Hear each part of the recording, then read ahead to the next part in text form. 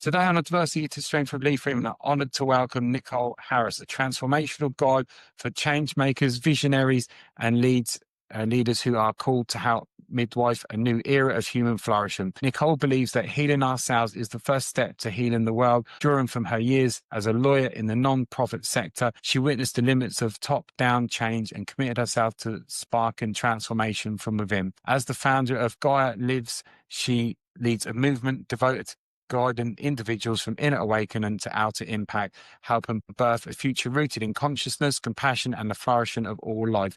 Nicole is also the host of the forthcoming Gaia Lives podcast, where she explores how spiritual principles can create a healed world. Today, we'll dive into her vision for heart-driven leadership, the next frontier of human flourishing, and how we can embody our sacred roles to catalyze meaningful transformation, both within ourselves and across the collective. Nicole, thanks for coming on the podcast today. Great to finally meet you. It's so great to meet you and be here with you, Lee. Thank you so much for that introduction. Pleasure. Thank you so much. Take us back to the beginning. Where did your journey start for yourself there, Nicole? Sure. So I'd like to actually take you back to a time in 2014. I had been working as a lawyer for at least 5 years, more than 5 years, and I had wound up leaving my dream job. I had all the trappings of a successful life. Dream job, I had a boyfriend. It was just like, yes, all of the things were happening for me. And then things started falling apart. I wound up leaving that dream job.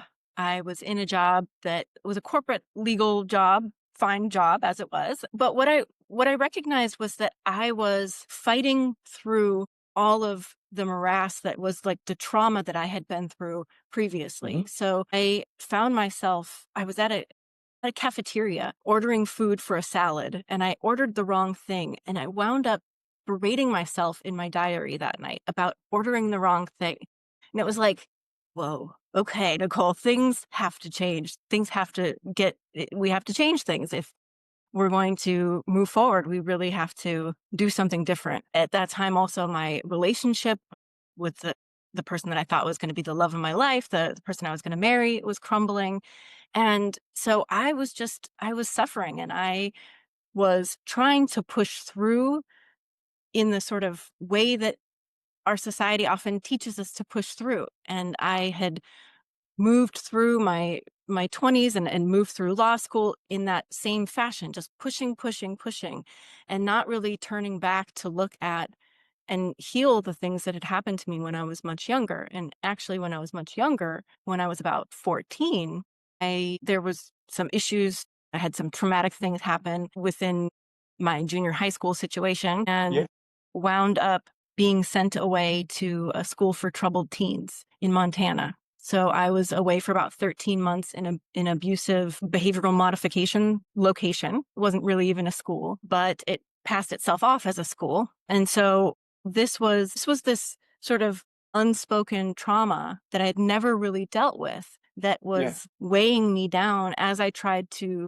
get out in the world, to work at my dream job, creating change as I had always wanted to do. Even since I was in kindergarten, I was concerned about the world. In first grade, I created a Kids for Saving Planet Earth club with the pollution solution and things like that. I mean, I was very just compassionate, loving kid. And because of some traumatic things that happened, I wound up going in a different direction when I was younger, when I was 14. And because of that, started getting in trouble, started skipping school, things like that. I wound up running away when I was 14. And as I said, wound up being sent away to this school for troubled teens. So it was sort of like, let's not, I got out of there and I didn't want to look back. I didn't want to look at anything. I just wanted to forget about it and just move on with my life. And what I recognized was that all of those issues were sneaking up on me. They were, in the back of my mind, and I wasn't dealing with them. And they were really preventing me from having the kind of relationship that I wanted, from creating the kind of life that I wanted, to creating the kind of change in the career that I wanted to do. So it was at that point in 2014 that I finally started meditating. I had tried to meditate years before and always had sort of fits and starts with that. But 2014 was the moment, okay, I gotta do something different. And that's when I found meditation and eventually wound up moving towards coaching and dream interpretation, finding these different modalities in my own healing work, and then learning how to work with them myself. And in the meantime, I left that corporate legal job and wound up working at a nonprofit. I was a deputy director of a startup climate nonprofit. And we were really driven by a whole lot of the organization was driven by a whole lot of anxiety and fear because of the subject matter. And really sort of as I looking back now, an inability to hold our own emotions.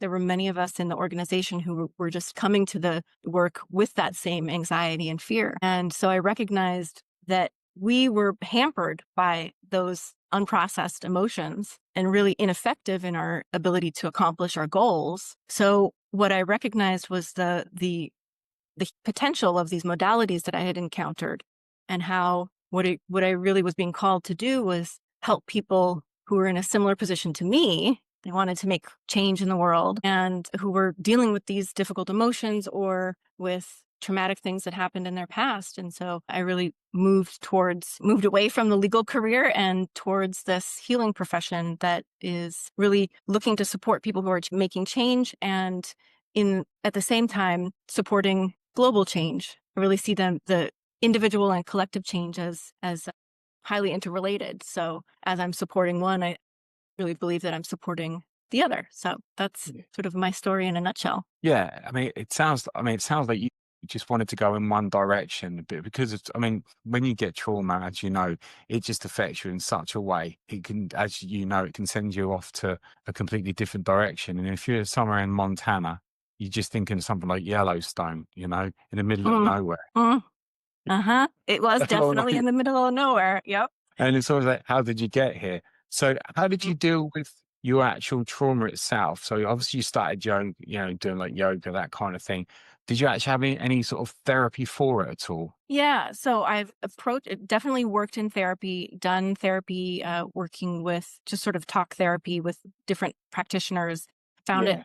helpful, certainly. And in the way that I have since addressed that trauma is through a process called cutting the ties that bind and using dream interpretation at the same time. Tell me about that, because this is you hear of dream interpretation. I've got a Mm. book in yours of Freud and his dreams, and one day I'm going to read it. Yeah. You hear about it, but a lot of people don't know a lot about it. So tell me a little bit about your interpretation of dreams. Yeah. So dreams are the coolest thing, if you ask me. I light up when I talk about dreams because it's just so fascinating. So for the longest time, I had been keeping a dream journal and not knowing what it was saying. It's like, okay, these seem important. Why would I be having them every night? But I don't have any way to crack the code. And so I tried to find different interpretation methods. I, read all the books. I saw some different practitioners and things like that. None of it, some of it was helpful, certainly, but it never quite answered that question. What are my dreams saying? What are they? There's a language here it's being used, a symbolic language, but it just, the approaches that I had found didn't quite satisfy until I found the process that I use, which is called the Ashling method, and my teacher, Michael Sheridan, and his partner Sandy Sheridan at the Ashling School. And we really look at dreams as really it's a universal language. It's every human's original language. It's our native language. English, in Yeah. fact, is sort of a second language, right? For me and perhaps for you. So the dream symbols are our universal language. So it's fascinating to note that in my class for dream interpretation, I had a colleague who was in Mongolia, for instance. So really applicable principles across all of humanity can be, deciphered through this dream interpretation method. So we look at dreams as messages, nightly messages from our higher self, from our greater consciousness. A lot of times people will talk about dreams as from the subconscious, and that's partially true, the way that we look Right. at it. It's really a message from our superconsciousness, the part of us that sees and understands far more than we ever could in our conscious mind. And it's a message about what's most important going on right now in your life, what could be, what obstacles are in the way, what needs healing in our lives, even down to what kinds of foods we should be eliminating from our diet, like very basic, sort of mundane, but very important information, all the way to here's what you came to the planet to do, here's your purpose in life. Through this dream interpretation method, I discovered that I was meant to be doing dream interpretation, and it was like, yes, I sort of confirmed it. I had this sneaking suspicion I was supposed to be moving in this direction. I had this draw to it, but having seen it in the dreams and knowing the principles by which we interpret a dream and seeing them apply in this way, it was like, okay, finally confirmation that I'm on the right track. And it wasn't through some other external source. It was really, I had the help of an interpreter, but it was really this message that I was getting from my greater consciousness, my deeper wisdom. So yeah, we look at dreams in terms of how our energies are showing up in the dream. So yeah, we can, let's see, what's the best way to describe it? We really just get so much information from a dream. And so I have found it the most transformational kind of platform to use when working with clients and working with myself, because it shows our issues in full relief. There's no denying an issue that shows up in a dream. Sure, you can deny it, but there's sort of, Sure. there it is. There are symbols right there in your face showing us that's a present issue. But what's so cool about it is that also through going through processes, working with dreams, or even working on therapies, but then also working with a therapist and understanding the way that dreams work, you can actually witness your own transformation through looking at your own dreams. More about once you understand how the dreams work, because I'm just trying to think about dreams I've had. And I've had some where it feels like it's real life. Then I've had some that don't make. I've had some that's been really vivid, but they don't make any sense to me. And they almost feel like you're in them. Actually, it's real life. And then you wake up and they just don't make sense. There's like a mismatch of random people that's not been in my life for a million years. How did they even get into my consciousness? And they've been so strong, but I've never been able to figure out what they've meant. Whereas there's been times where there's been certain dreams I've had, and then the following day, what I've dreamt about has actually gone on to happen, which apparently is very common. So Yep. I don't know if you can decipher what I've just said there. Yeah, absolutely. Yeah. So you're talking the kind of dreams that you're talking about where you dream it and then it happens. That's called a prophetic dream. And you're right, it does happen. It's not uncommon, certainly within the realm of possibility of human experience. And it's something that we really, as I see it, there's such rich wisdom in our dreams that we discount Right. at our peril. I mean, Yeah, of we're course. missing out on it. So yes, your prophetic dream, it really wakes us up to the fact that there's something deeper going on, that it's not just this, sort of the physical world that we see. There's something going on at a sort of substratum level, as I see it. And so, yeah, prophetic dreams. Then there are these mismatch of dreams where you're just Yeah, like, what? And then there's this person from my kindergarten class showing up. What is she doing here? And so, exactly. yeah, oftentimes those kinds of characters can bring us back. Sometimes a character will come in because that character represents something in us that we're being asked to release or to adopt or to really develop. So if it's a positive character, maybe this person is really gregarious and we're being requested by our deepest wisdom to bring out that gregarity, whatever, that friendliness. And Yeah. so there's sort of an encouragement to develop a trait. Then if there's a negative character who's coming in, say it's, your third grade teacher who was really mean or whatever, it could be that character is representing something within you that your deepest wisdom is asking you to release, a characteristic that might be, in this instance, mean, right? I'm using the example that I came up with. But oftentimes, if it's a person sort of out of left field who I don't even really know that person, it can kind of Yeah. be a hint to take us back to that time in our lives. So the example of that random fellow student of ours from kindergarten when we were 5 might be a suggestion, sort of a hint to go look at what happened when we were 5, what was going on during that period of time. And there might be other symbols in the dream that take us back Right. there that show us that there's an issue that happened when we were 5 that we need to heal or that we're being asked to heal. What you're doing with dreams is very similar to what I do with a client. So, they mentioned something, when I was 5, this happened. Okay, well, tell me about that. Because Hmm. the subconscious, well, actually, this happened here. And then we suddenly talk about when they're 5 and they haven't thought about it in years. And suddenly there's something that's come up at that particular time. So Hmm. it's the same sort of thing. Yeah. Yeah. I think so. Yeah. Do you think that everyone's interpretation of people could have the same dream? What if their interpretations are different?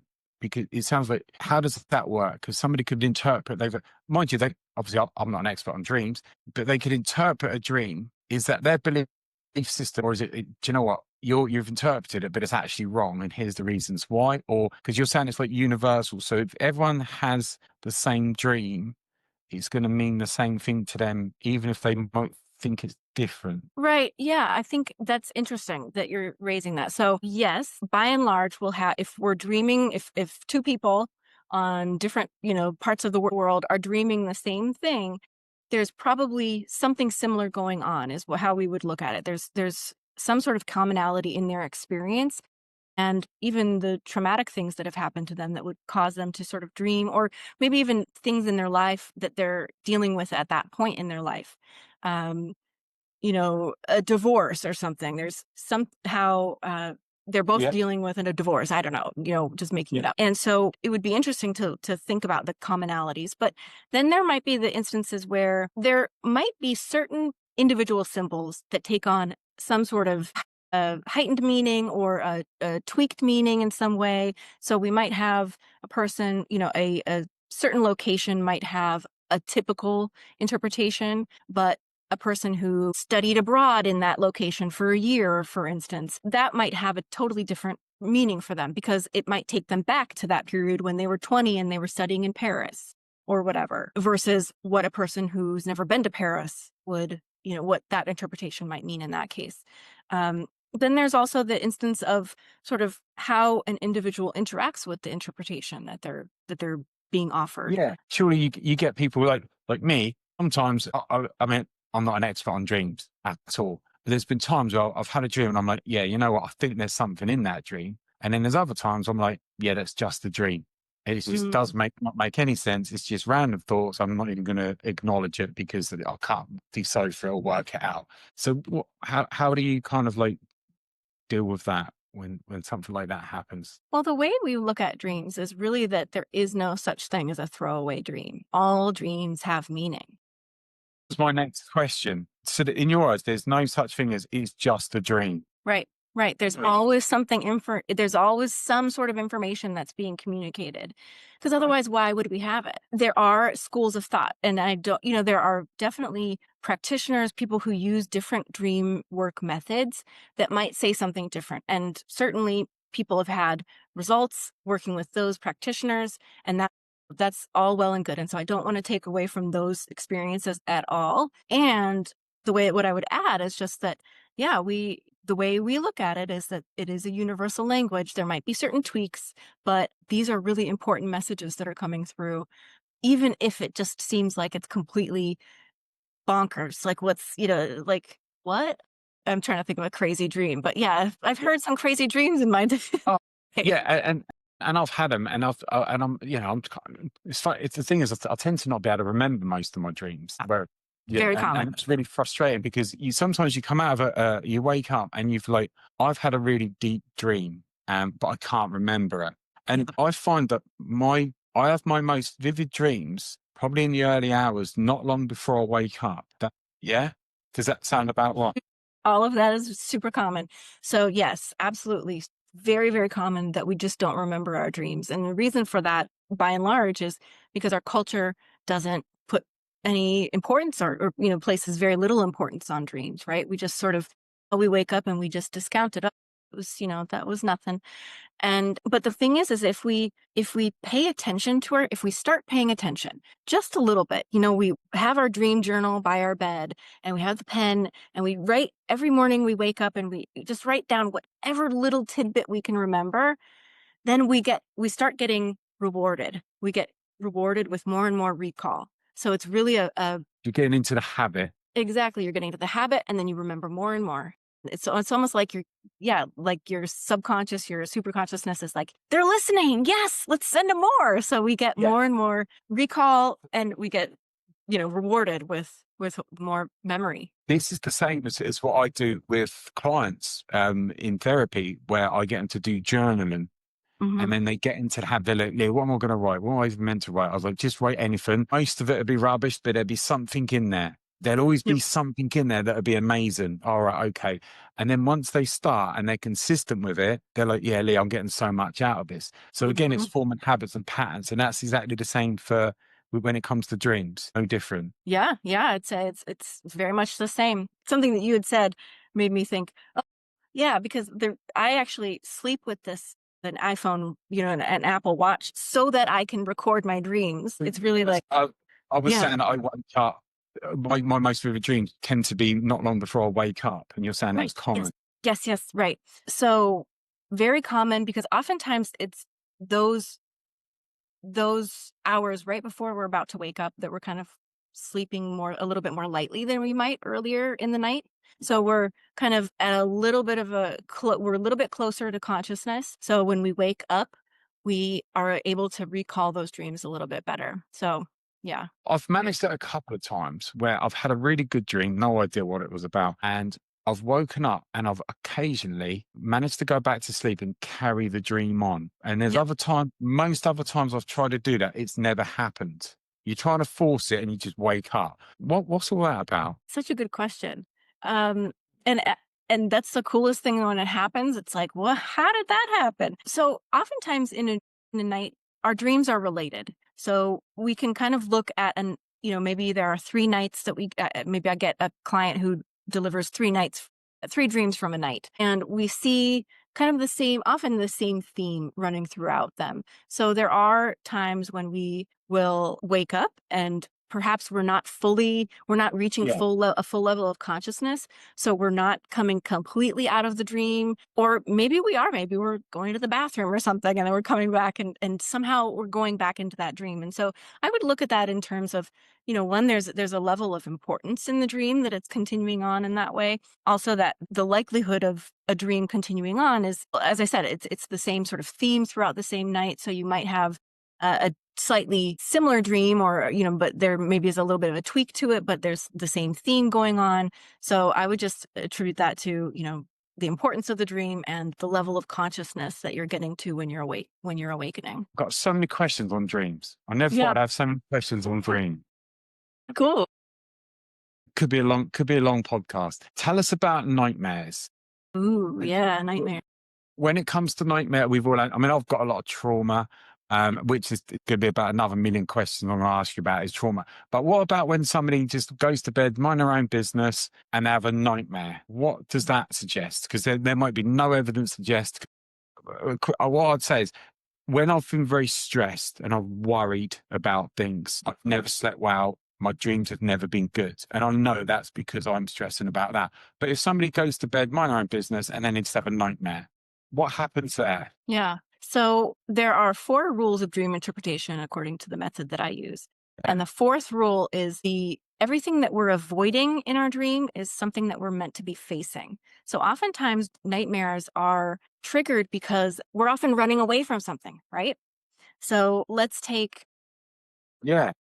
so I guess here I'll use an example. So as I said, the way that we look at dreams is that our super consciousness, our deepest wisdom, is delivering this healing scenario for us every night. Everything in our dream is meant to guide us, heal us, or to reflect our typical reaction to the subject matter of the dream. So our higher self is saying, here's this beautiful healing scenario for you to work with. And then our subconscious comes in, because our subconscious is our loyal companion. It's been with us our whole lives, trying to keep us safe, right? Often Yeah. kind of going about it in a way that's Yeah. not so helpful, but it's still our loyal companion doing its best to keep us protected. So our subconscious will see this thing that's being offered by our higher self, our super consciousness, and say, no, I'm not going to engage with that. Last time we engaged with that, we got into trouble. So it's going to turn around. So we wind up projecting our subconscious winds up projecting issues into the healing scenario.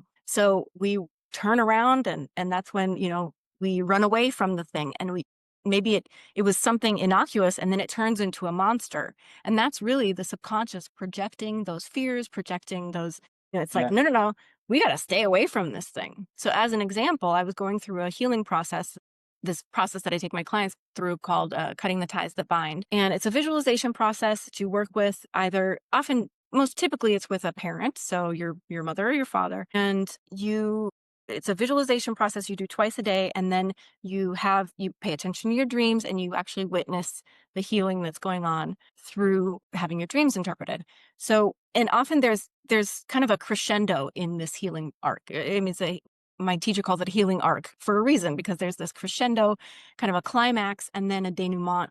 And we begin to witness healing in the dreams. So, you might see people, like a lot of conflict coming up, bloody people who, severed limbs and stuff. And then all of a sudden something changes, and you see people at hospitals who have bandages, and there's sort of evidence of healing going on. So I was going through that process, and I was working with my mom at the time, as in, working on issues with my mom in this Yeah. Yeah. process.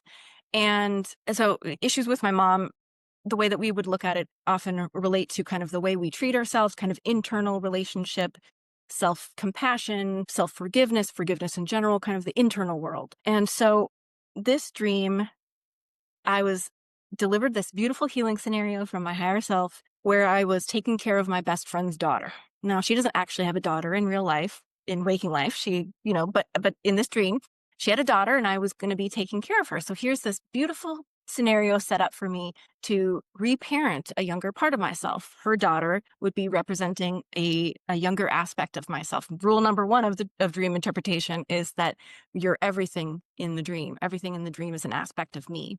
And there's some, some caveats to that, but by and large, we're everything in the dream. So I was meant to be reparenting this part of myself, but then she turned into a demon child, and and that's why I called it Demon Girl, the title of the dream. She was trying to kill me. She was chasing me from room to room. She wouldn't let me leave the house because she was shutting doors with her mind. She was preventing me from leaving because, she was shutting doors with her mind. Okay. And I woke up in a complete sweat because it was a horrible, horrible nightmare. And then I realized, there was this brief moment of lucidity in my dream where I thought to myself, maybe I'm supposed to turn towards her and love her.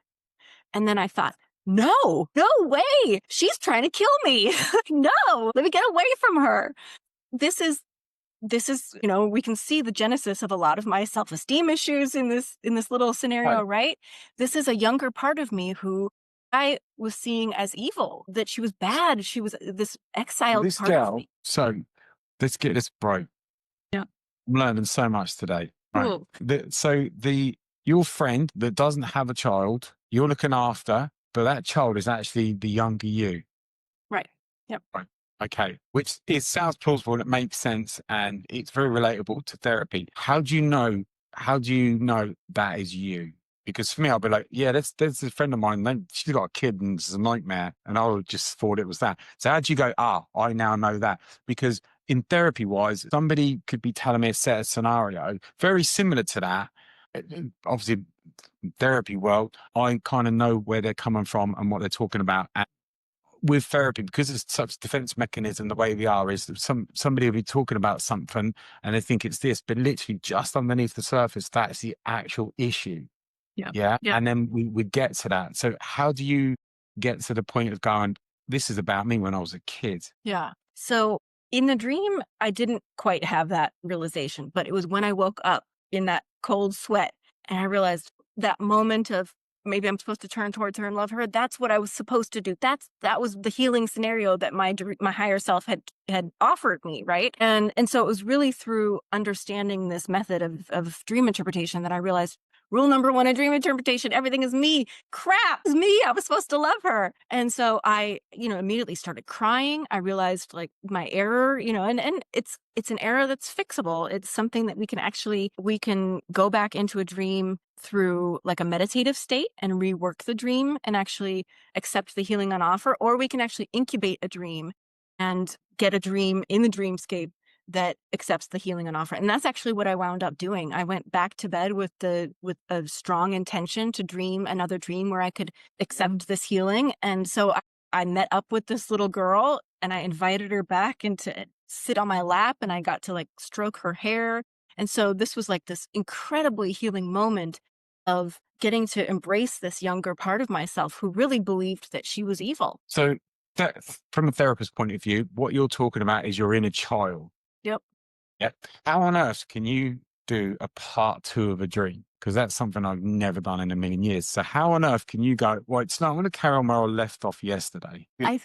It was just a couple of hours later. It wasn't yesterday, but I do think you could still do it with dream incubation. This was because of the emotion behind it. I think I had such a strong intention, and it was supported by the emotion of waking up, the terror that I had felt, crying that I had done, realizing that that was part of me, and then going back to sleep, within about an hour or something, and then being delivered. And of course, I was in the midst of this intense process that involves dream interpretation. So I was, sort of the scenario was ripe for it, right? Would it be similar-ish to, I really do believe in the law of attraction. Would it Yeah. be almost like you're focusing on, like, I want this dream, and it's almost like a law of attraction and it brings it back? Something like, Yeah, very similar. Yep.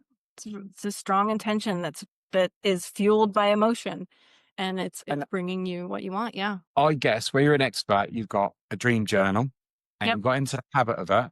Once you got into the habit of it, you know what you're doing. You can not do it all the time, but you can do it a lot easier, more consistently. You've trained your brain to work in that way. Mm-hmm. So do you almost have like a dreams which is or airing almost installments, or is that rare where you have like, because you might be like almost on a journey on a dream? I mean, how long to me a dream lasts a night and then that's it, but to you, you can carry the dream on. Now, how long could you carry that dream on for? I don't That's know. a really good question. I don't know. I have a client who was telling me, right, she was telling me about how when she was younger, she would have installments like that. It was almost like every night she would dream a new chapter in her Yeah, like chapter book of dreams, right? And so she had 35 chapters of this story. So it happened for her 35 nights in a row.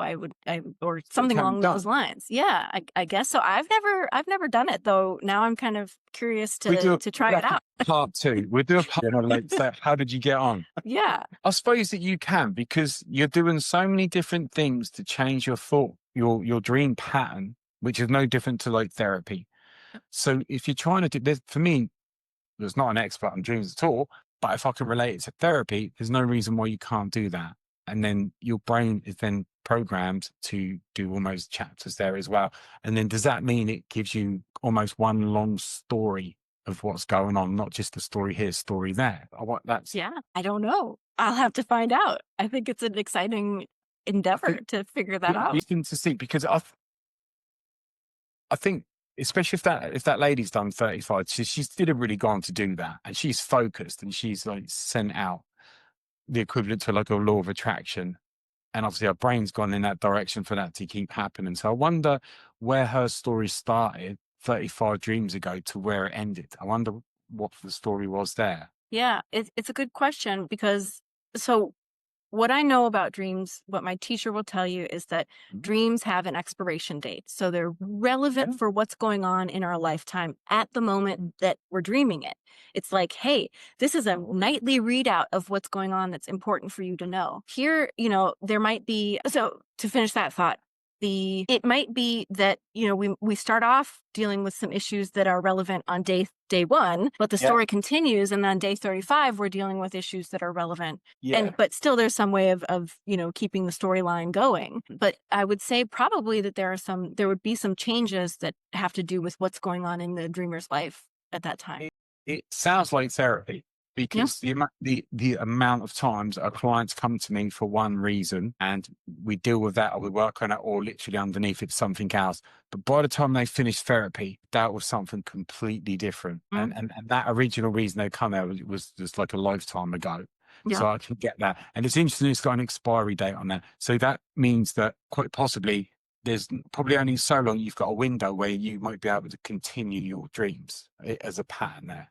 because too much would have changed in that time. And that's a Yeah. little bit of therapy as well, where people come to one problem, but everyday life, they've got that. So they're dealing with this, they're dealing with that, and then they've not had a chance to deal with that, or something's moved on there as well. Hmm. Yep. I think you're onto something. Who knows? But it sounds interesting. It does. So one of the main areas I work in is with trauma, something I know a lot about. Surely that must have a massive impact on your dream. Well, it obviously has an impact, but how does it affect somebody? You got people that have the reoccur. I mean, is that their PTSD flashbacks? And is that a dream Mm. past as a dream? Is that the same thing? If somebody's had trauma, how does that affect their dreams? You've gone from nice, normal dreams, trauma, which never goes away, and then suddenly they're struggling to sleep. So what Mm. goes on there? Yeah. So trauma definitely shows up in dreams. What's fascinating is that we can see even birth trauma will show up in dreams. Oftentimes we kind of think that babies, infants, that they're not really aware of what's going on. But when we look at dreams, we see that sometimes there can be even evidence of things that were going on pre-birth, which is fascinating. So there's stuff that we are aware of. There's sort of an expansive amount of awareness that's going on when we're quite young. Kind of a lot of times people talk about, 7 and under as kids being kind of a sponge. So we're soaking up all that we're taking in. And there might be something that is, we can see traumatic births in dreams. We can see sexual trauma, for instance, sexual assault showing up in dreams. I mean, if a kid has had a really tough childhood with their parents, all of it is in their dreams. All of that is an encouragement. If it's showing up in a dream, it means that it's able to be healed. So there's something about it that, there's an encouragement to go get help. There's an encouragement to work on it. There's an encouragement to move towards healing it. So yeah, we see that in the dreams. That's you mentioned recurring dreams, and a recurring dream is one where there's a message that we're just not getting. So there's something about that dream that we're. Wondered if that was the case. Your Yep. brain's so complex and it's so, it's not perfect, but it's so complex. It's like you got the body, but with like depression, low mood, stress, anxiety, they're all caused by something. You don't just get it. And for me, it's the body talks to us. So it's the body's way of saying you need to deal with this. Yep. And until you do, you're going to keep getting that. So it's the same thing with dreams. You keep getting this Yep. reoccurring flashback, nightmare, or whatever. You need to deal with this. You need to deal with this. Yep. Yep. Exactly. And what we'll see is that dreams will tie in some sort of traumatic event that happened to us Yeah. with there's often a hint or sort of a dreams will point to a potential physical manifestation down the road if we don't address that emotional issue immediately.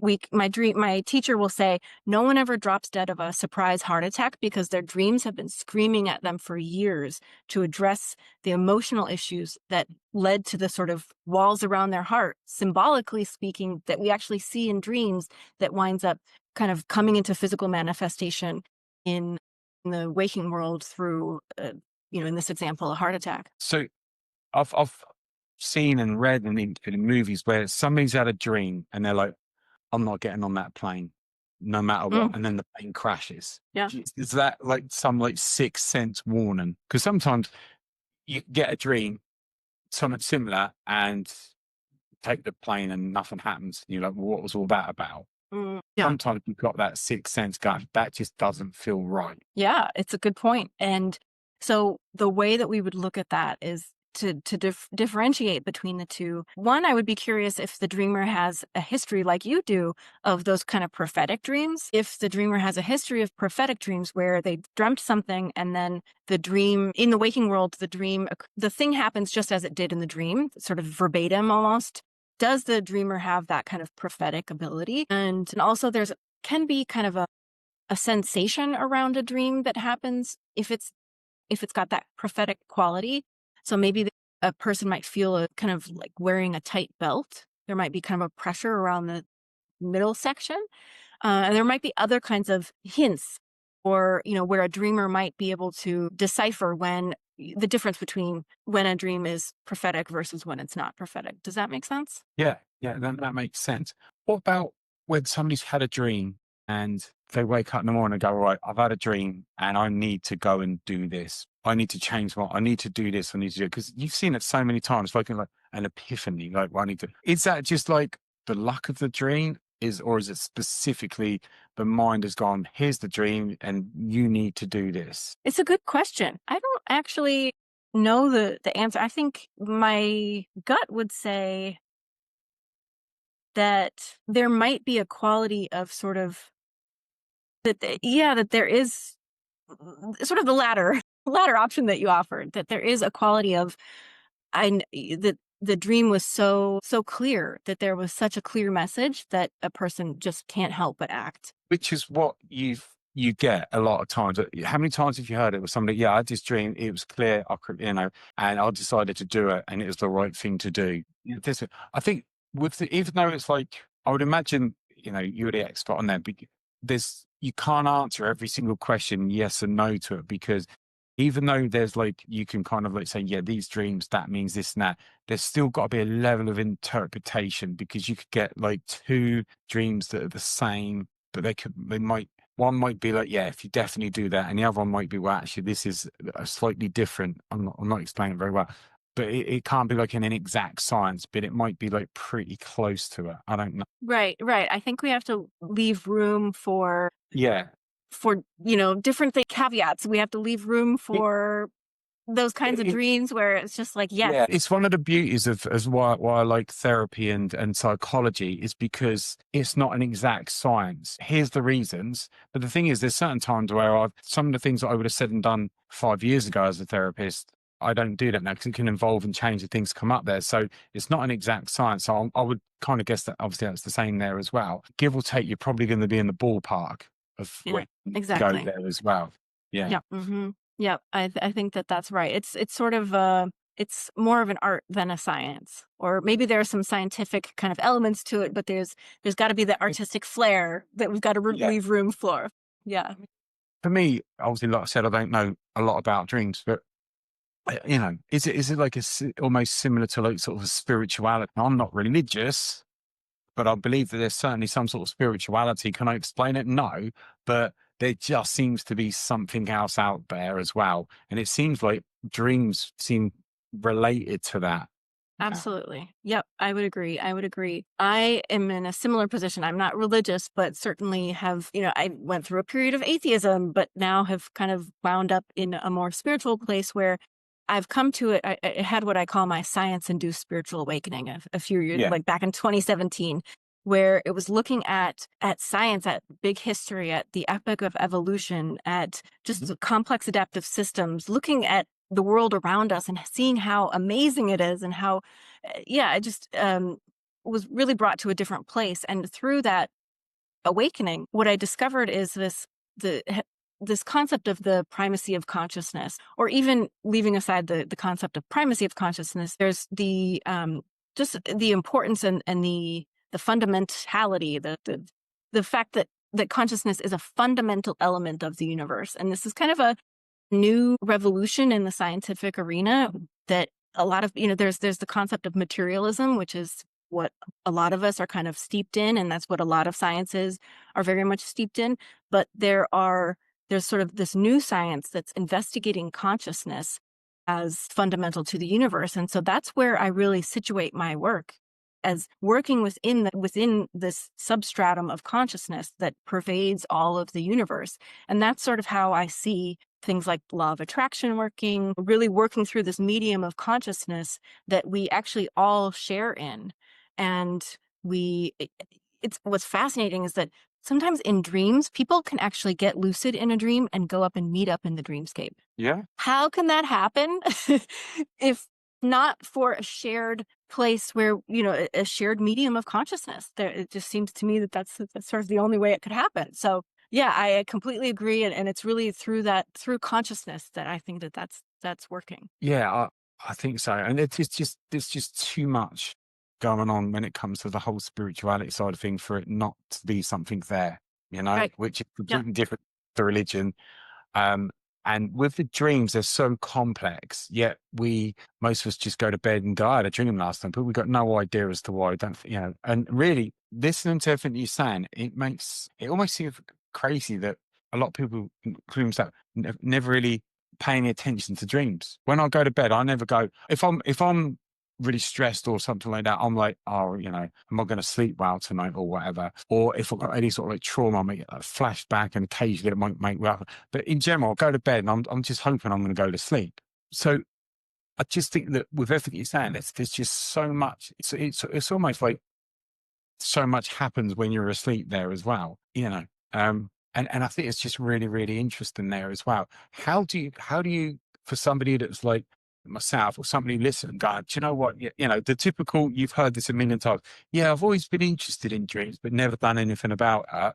How do people sort of kind of go in, start learning about dreams and what they mean? How do they do that? Do they get a book off Amazon, or do they do a course, or? Yeah, I mean, you can do all of the above. It was, let's see, about 2 years ago that I found my dream interpretation teacher, and it was just like, the sky parted and the sun shone through, and I could go back to those old dream journals that I had been keeping, looking Right. back 2017, and finally decipher what was being said in a way that was kind of replicable. It was like, okay, I can see the patterns and this makes sense. What the message that's coming through makes sense.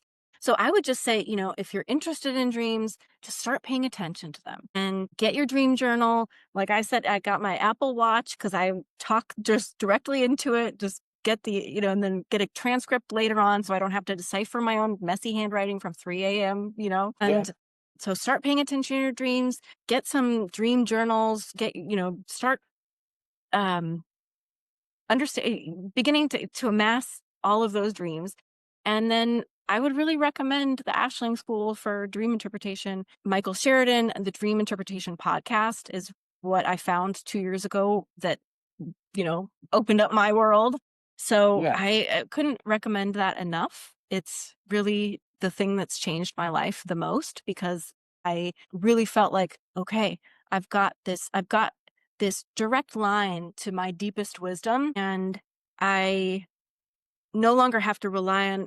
I mean, I can get in touch with what I am needing, what my higher self is wanting for Yeah. me in this moment, as opposed to relying on anyone else. And so it's yeah, Michael Sheridan has a book as well, so you can go to Amazon, check out his book on how to interpret dreams, and yeah, I can't recommend it enough. Yeah, that'll be included in the description on the episode. When you first went to that guy, what was the moment that you thought, I get this? Well, this I really understand that. Was there a particular moment that kind of like opened everything up to you? Yeah, there was this moment when like I said, I've been keeping those dream journals, not understanding what they meant, but like they seemed important. And so I had some months before that, before finding his work, I had asked my dream. I went to bed with a question. I said, hey, dream world, dream, what are my gifts? What am I meant to be doing here on this planet? What are my gifts that I'm meant to bring to the world? And I got this seemingly nonsensical dream about, making out with an ex-boyfriend and being topless. And then there was a sliding glass door, like, ugh. And I kind of got mad after that dream. I was like, come on, like, why can't you just like be a little bit clearer? Tell me what my gifts are. I really want to bring them to the world. And you're telling me about a sliding glass door. And so fast forward to meeting Michael Sheridan and the Ashling School, and I come to find out that all of that was related to the idea of the sliding glass door, points to an intuitive gift. Being topless points to the ability to nurture, really bringing compassion and love to my work and to people. So having applied that method retroactively to this dream that I thought was nonsensical and I got a little mad at when I first had it, I was able to actually shine some light on it and like get something out of it and see that my dreams weren't forsaking me.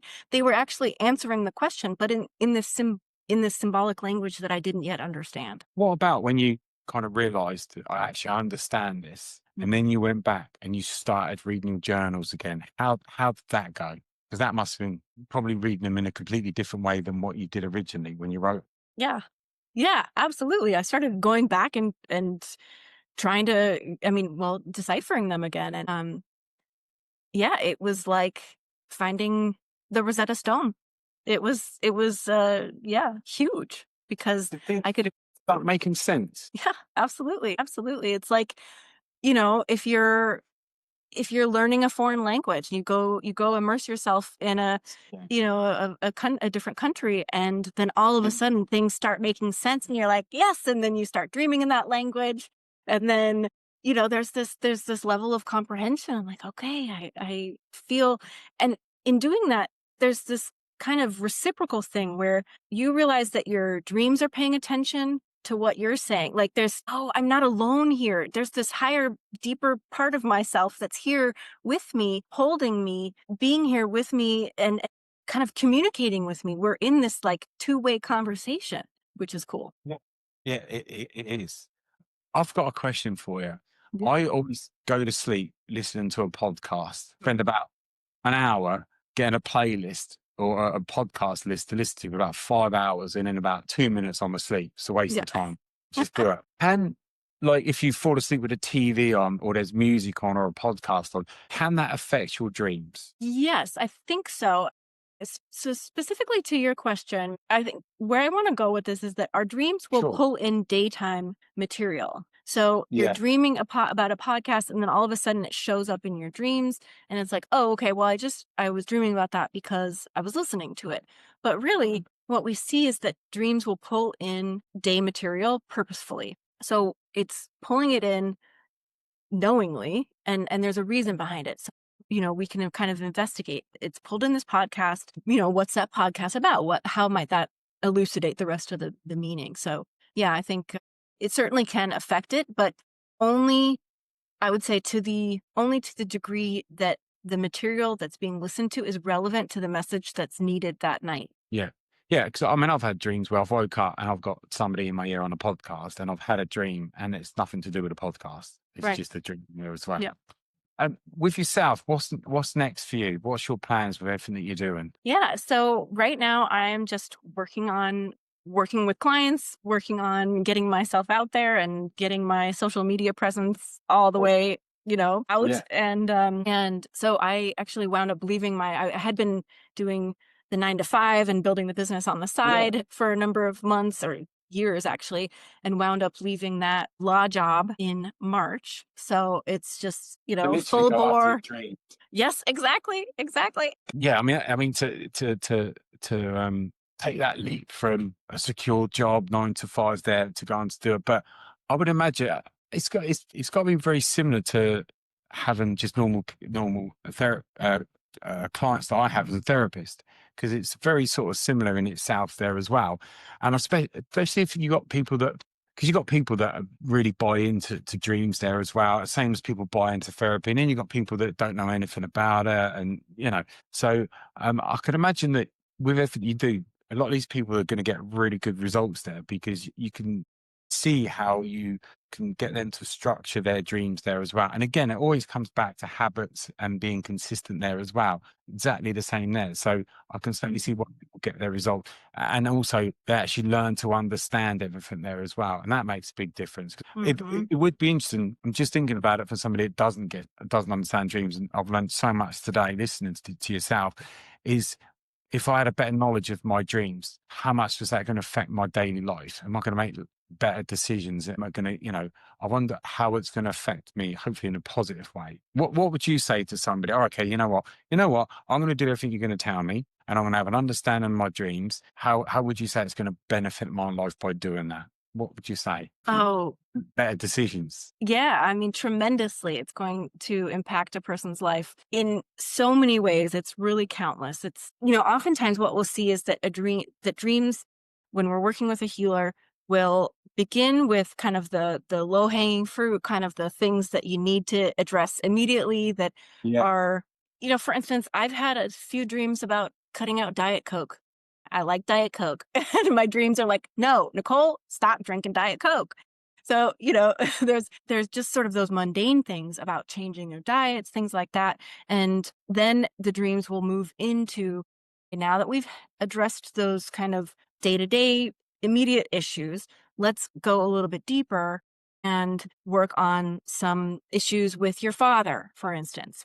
And then we might go through a healing process. I'm thinking about a client that I've worked with Sure. recently who, she had a similar kind of arc where we started out and there were some diet dreams, things she shouldn't do. She was meant to take out to reduce drinking coffee, things like that. And then we moved into working with cutting the ties that bind with her father. And so that was that healing process that she went through. And then we see that healing arc in the dreams. And then once that's done, and because the work with the father is by and so the work with the mother is kind of that internal relationship. The Yeah. work with the father is the more external, the way we show up in the world, the way we feel like we can, are we worthy of our space that we take up on the planet, things like that, kind of the more external facing ways, that career, things like that are related to our relationship with our father as it shows up in the dreams. And so she, went through that healing as a result. And then very soon after that, we started seeing in her dreams evidence of sort of a gentle push. She had this timeline that she wanted to retire at around, I think it was 62. She was going to go part-time maybe sometime in the future, sort of an idea that was in her mind, but she wasn't making any concrete steps towards it. But her dreams were saying, hey, what about a kind of early retirement situation? Or what if you were to do that part-time kind of situation a little bit earlier? So she wound up moving forward in that direction. And now she's actually going part-time in September instead of 2.5 years from now. Yeah. So her life has changed dramatically because she started listening to her dreams, just the same as my life has changed dramatically because of my own listening to my dreams. So I just would encourage anyone who's interested, who's feeling called, to dive into it. I think so. I agree. It's definitely something I want to take more of a real interest in, because there's just so much that goes on in your dreams when you go to sleep. And we all know that. We all know that. But obviously, most of us don't understand why. So it makes sense to actually learn about this. For me, it's almost no different to learning about like psychology and therapies. There's no real difference to it, especially everything you're saying is just so relatable to like psychology and therapy there as well. And it's not an exact science, neither psychology, and that's kind of almost part of the fun of it as well. I think for everything you say, that if you did have an understanding of dreams and the symbols of what they mean there as well, it's going to give you a clearer picture, and it's going to help, and it's going to help you, like you've done with a lot of clients, help them and obviously yourself make better choices, because you actually understand why you're getting these dreams, and the subconscious thoughts and beliefs there as well. So you actually now know, oh, this makes sense. I understand that. Well, do you know what? That relates to that. Actually, if I was to make this decision, that's going to make my life a lot easier there. But because you've got the knowledge and understanding there. So I think it's really, I think it's great. I think it's so interesting. Yeah, yeah, me too. I mean, look, we spend nearly a third of our lifetimes asleep. Exactly. So Exactly. we're really missing out on some really Yeah. important stuff if we're not paying attention to our dreams. And Yeah. like you said, I mean, it is absolutely connected to psychology. It's really, our dreams are dramatic representations of what's going on in our psyche. So we can, it's really deciphering what those are telling us and what they're saying and what issues are coming up. And then we can do a healing. We can do therapy. We can do a healing, other Yeah. healing modalities Yeah. where, for instance, this cutting the ties that bind process, yes, absolutely making better decisions. And then sometimes, for instance, I'll tell you from my own experience, having cut ties with my father, and Mhm. it's kind of a bad, poorly named process. It's not actually cutting ties. Like, I'm very much in contact with him, but it's the idea is cutting the psychic ties, or cutting the Yeah. karmic ties, so to speak. Cutting the negative things, releasing the negative things that you took on because of the relationship with your father. So, having gone through that process twice, working on masculine energy issues with my dad, beforehand, I had poor choices around men. Let's put it that way. And that, reflected in many different ways. And then I've gone through that healing process, and now I'm making I'm finding that I'm not even attracting the same kind of men towards to me because and so it's not even making a different decision. It's showing up differently so that the decision doesn't even need to be made in a different way because it's sort of already happening by what's, by the way you're showing up in the world, if that makes sense. Yeah, no, that makes perfect sense because one of the areas I work in is relationships, and a lot of people will get into the same relationship over and over and follow the same process there as well. And there's a lot as a therapist I can teach people to do to change that pattern, that belief system there as well. And when you look at what you're saying about like with your father, the equivalent to me is you getting that person to not look at the relationship that they might have hoped that they had to the one that they've actually got. So that way you see it from a different perspective. You're not going to have that same connection. You might always get disappointed, but where you actually know what you're going to get, you're not going to get disappointed because you see it from a different perspective and you know you're always going to get that. So that's your lot. So you're not going to keep getting disappointed time and time again. So again, Mhm. it's really, really similar. So Yeah. it's fascinating. Nicole, it's been literally fascinating, amazing, so interesting to have you on there. I've learned so much there. It's been a lot of fun as well as really interesting there as well. I think what you're doing is great, and there's just so much to it as well. And I'm really interested to learn more about it. Thank you so much for coming on the podcast. Thank you so much, Leah. I'm so glad to have been here. Thank you so much for the invitation. And I'm so glad to have spent this time with you. Thank you very much.